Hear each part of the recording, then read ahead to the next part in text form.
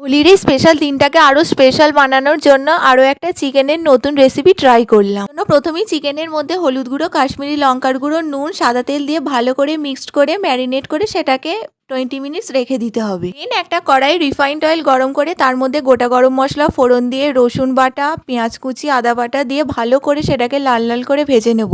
তারপর কিছু মশলা হলুদ গুঁড়ো, কাশ্মীরি লঙ্কার গুঁড়ো, ধনে গুঁড়ো, জিরে গুঁড়ো দিয়ে ভালো করে এটাকে মেশাবো। মশলাটাকে ভালো করে কষাতে হবে। থেকে তেল বেরিয়ে যাওয়ার পর তারপর টমেটো কুচি দিয়ে ভালো করে মিক্সড করব।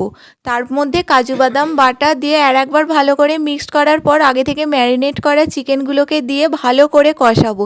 তারপর 5 মিনিট ঢাকা দিয়ে রেখে দেওয়ার পর তার মধ্যে টক দই দেবো। তারপর আর একটা কড়াইয়ে রিফাইন্ড অয়েল গরম করে তার মধ্যে শুকনো লঙ্কা, কাঁচা লঙ্কা, পেঁয়াজ কুচি, টমেটো কুচি দিয়ে আর একটু মেথি পাতা দিয়ে ভালো করে মিক্সড করে চিকেনটার মধ্যে ঢেলে দিয়ে ওপর থেকে একটি কাসুরি মেথি সরিয়ে গরম গরম সার্ভ করব।